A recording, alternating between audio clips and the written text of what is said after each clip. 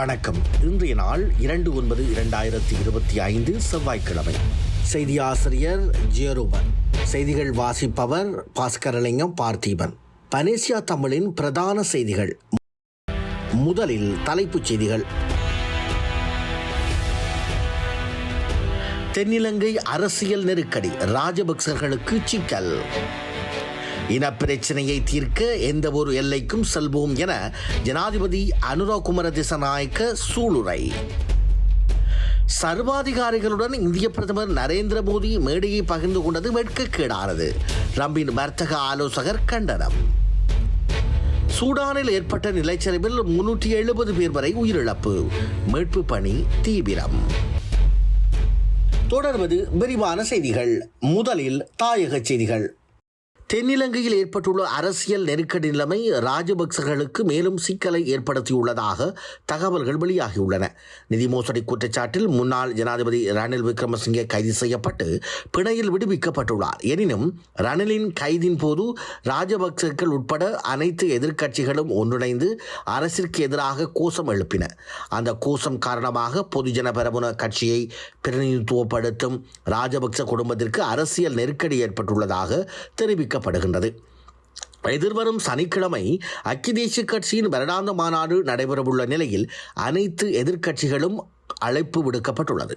இவ்வாறான நிலையில் ஐக்கிய தேசிய கட்சியின் வருடாந்த மாநாட்டில் கலந்து கொள்வது தொடர்பில் ராஜபக்ச குடும்பத்திற்குள் முருக நிலை ஏற்பட்டுள்ளதாக தெரிவிக்கப்படுகின்றது. இலங்கை அரசியலில் கைது விவகாரம் சூடுபிடித்துள்ள நிலையில் அடுத்து வரும் நாட்களில் நாடாளுமன்ற உறுப்பினர்களான நாமல் ராஜபக்சவும் உதய கம்மன்பிலவும் கைது செய்யப்படலாம் என தகவல்கள் வெளியாகியுள்ளன. பல்வேறு குற்றச்சாட்டுகளுடன் தொடர்புடைய குற்றக்கும்பலுடன் தொடர்புடையவர்கள் இந்தோனேசியாவில் கைது செய்யப்பட்டு நாட்டிற்கு அழைத்து வரப்பட்டுள்ளனர். இந்நிலையில் குற்றக்கும்பலுடன் தொடர்புடைய பல அரசியல்வாதிகள் உட்பட பலர் கைது செய்யப்பட உள்ளதாக காவல்துறையினர் ஏற்கனவே அறிவித்துள்ளனர். இந்நிலையில் பாதாள உலக கும்பலுடன் தொடர்பு இருப்பதாக குற்றம் சாட்டி தன்னை கைது செய்ய அரசாங்கம் நடவடிக்கை எடுப்பதாக நாமல் பல இடங்களில் புலம்பி வருவதாக தெரிய வந்துள்ளது. இதேவேளை இனங்களுக்கிடையே வெறுப்பை தூண்டும் வகையில் கருத்து தெரிவித்ததற்காக உதய கம்மன்பிலவுக்கு எதிராக சட்டத்தரணி அச்சலா செனபிரட்ன குற்றப்புலனாய்வு திணைக்களத்திடம் முறைப்பாடு செய்துள்ளார். முறைப்பாட்டின் அடிப்படையில் கம்மன்பில கைது செய்யப்படுவதை தடுக்க மேல்முறையீட்டு நீதிமன்றத்தில் மனு தாக்கல் செய்துள்ளமையும் குறிப்பிடத்தக்கது. தோல்வியடைந்த அரசியல்வாதிகளே இனவாதத்தை கையில் எடுப்பதாகவும் இனப்பிரச்சனையை தீர்க்க எந்த ஒரு எல்லைக்கும் செல்வோம் எனவும் ஜனாதிபதி அனுரகுமார திசாநாயக்க தெரிவித்துள்ளார். முல்லைத்தீவில் இன்று 2/9/2025 நடந்த தெங்கு முக்கோண தொடக்க விழாவில் கலந்து கொண்டு உரையாற்றும் போதே அவர் இவ்வாறு குறிப்பிட்டுள்ளார். நாம் ஒருபோதும் இனவாத அரசியலுக்கு இடமளிக்க மாட்டோம் எனவும் அவர் இதன்போது கூறியுள்ளார்.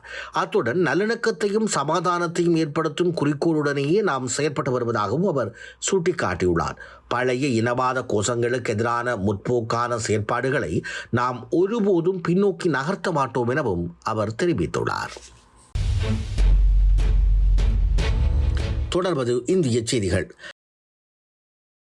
தாவேகாவுடனான கூட்டணி குறித்த கேள்விக்கு முன்னாள் முதல்வர் பன்னீர்செல்வமும் அமமுக பொதுச் செயலாளர் டிடிவி தினகரனும் அளித்துள்ள பதில் தமிழகத்தில் தாவேகா தலைமையில் புதிய கூட்டணி அமைவதற்கான வாய்ப்பை மேலும் உறுதி செய்திருக்கிறது. மீண்டும் பாஜக அதிமுக கூட்டணி உருவானதாலும் பழனிசாமி நெருக்கடி காரணமாகவும் பன்னீர்செல்வத்தையும் தினகரனையும் பாஜக தலைமை கண்டுகொள்ளாமல் இருக்கிறது. இருப்பதை தக்க வைத்துக் கொள்ள வேண்டிய சூழலில் இருக்கும் பன்னீர்செல்வம் அணி 2026 தேர்தலில் ஒரு முடிவெடுக்க வேண்டிய கட்டாயத்தில் உள்ளது. தன் பலத்தை நிரூபிப்பதற்காக மதுரையில் மாநாடு நடத்த திட்டமிட்டிருந்த பன்னீர்செல்வம் அதனை திடீரென ஒத்திவைத்த நிலையில் தொண்டர்களை உற்சாகப்படுத்தும் விதமாக புதிய காயை நகர்த்தியிருக்கிறார்.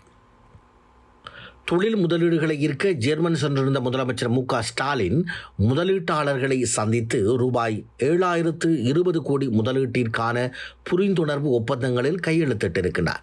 முதலமைச்சர் மு.க. ஸ்டாலின் தமிழகத்தின் பொருளாதார வளர்ச்சியை $1 டிரில்லியன் என்ற அளவிற்கு உயர்த்த வேண்டும் என்ற இலக்குடன் தொழில் மேம்பாட்டு பணிகளில் தீவிரமாக ஈடுபட்டுள்ளார். அதன் ஒரு பகுதியாக வெளிநாடுகளில் சுற்றுப்பயணம் செய்து பல்வேறு நாடுகளில் முதலீடுகளை தமிழ்நாட்டிற்கு பெற்று வருகின்றார். இதுவரை அவர் 4 முறை வெளிநாட்டு பயணம் மேற்கொண்டுள்ள நிலையில் தற்போது 5வது முறையாக தொழில் முதலீடுகளை ஈர்ப்பதற்காக ஐரோப்பிய நாடுகளுக்கு அரசுமுறை பயணம் மேற்கொண்டுள்ளமை குறிப்பிடத்தக்கது. தொடர்வது உலகச் செய்திகள். பிரதமர் நரேந்திர மோடியை குறிவைத்து தாக்க அமெரிக்க அதிபர் டொனால்டு டிரம்பின் வர்த்தக ஆலோசகர் பீட்டர் நவரோ இம்முறை சாங்காய் ஒத்துழைப்பு அமைப்பு SCO மாநாட்டை ஒரு காரணமாக்கியிருக்கிறார்.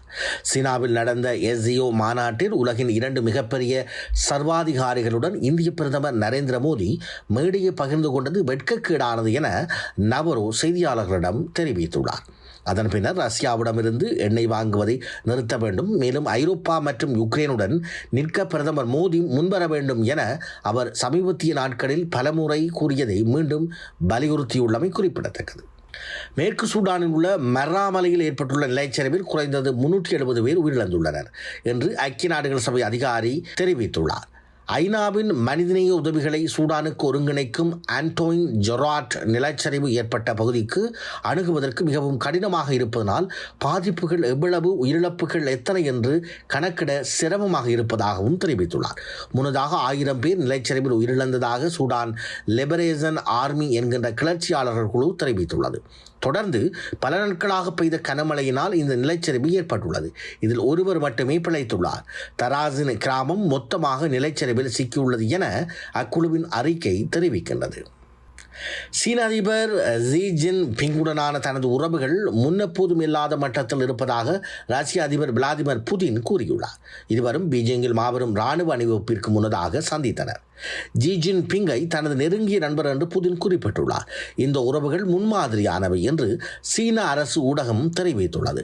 ரஷ்ய சீனாவிற்கு எரிவாயு விநியோகத்தை அதிகரிக்க உள்ளது. அதே நேரத்தில் பெய்ஜிங் ஒரு வருட கால சோதனையாக ரஷ்யர்களுக்கு விசா இல்லாத பயணம் செய்ய அனுமதிக்கும் யுக்ரைன் போரில் இரு ஆக்கிரமிப்பாளர்களுடனும் ஒற்றுமையை காட்டும் வகையில் வடகொரியாவில் கிம் ஜோங் உனை வரவேற்கவும் ஜி ஜின்பிங் தயாராகி வருகின்றார். இத்துடன் பனேசியா தமிழின் பிரதான செய்திகள் நிறைவு வருகிறது. செய்திகளை உடனுக்குடன் தெரிந்து கொள்ள பனேசியா தமிழ் நியூஸ் வலையொலியை சப்ஸ்கிரைப் செய்யுங்கள். நேரலையில் www.panesiatamil.tv என்ற இணையதளம் வாயிலாக தொலைக்காட்சியை நீங்கள் பார்வையிடலாம். நன்றி, வணக்கம்.